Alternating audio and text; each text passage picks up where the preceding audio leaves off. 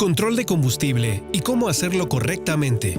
El combustible representa hasta el 50% de la porción de los gastos de cada negocio que opera una flota de vehículos. Los conductores conocen muchas formas de robar el combustible y de timarle, pero existe una manera de detener esto. Contando con los datos exactos del combustible, usted puede ahorrar hasta $7,200 anualmente por cada vehículo. Sí, por cada vehículo. El control del nivel de combustible le ofrece la información acerca de los reabastecimientos de combustible, de los drenajes y del consumo real, lo que le permite obtener datos precisos sobre sus operaciones de combustible. Usted podrá comparar estos datos con los recibos de las estaciones de combustible y con los informes de los conductores para efectuar los análisis futuros. La industria ofrece toda una gama de soluciones para ejecutar las mejores prácticas con el combustible, que incluyen sensores de flujo, sensores de inyectores CAN-bus más sensores flotadores, sensores ultrasónicos no invasivos, sensores capacitivos. Veamos las ventajas y las desventajas que estos presentan. Sensores de flujo. Pequeñas turbinas especiales impactan la unidad de la bomba de combustible del vehículo. Los caudalímetros leen el valor del flujo frío directo que va hacia el motor y el valor del flujo caliente que retorna desde las boquillas de inyección. Aunque este sistema proporciona un control del nivel de combustible con una precisión aceptable, esta disminuye con el tiempo y la distancia recorrida. Además, estos sensores no tienen en cuenta los eventos relacionados con los reabastecimientos, drenajes o el volumen de combustible que queda en el tanque. Los sensores de flujo no son fáciles de instalar. Estos requieren de un personal altamente calificado y accesorios y mangueras específicos. También es necesario realizar un corte en el tanque de combustible principal para instalar el sensor y sus accesorios, lo que pone en riesgo la garantía de servicio, ya que esto está prohibido por los fabricantes de los vehículos. Además, los granos de arena bloquean fácilmente el caudalímetro, lo cual provoca más tarde la desactivación del sensor. Sensores de inyectores y flotadores CAN-bus.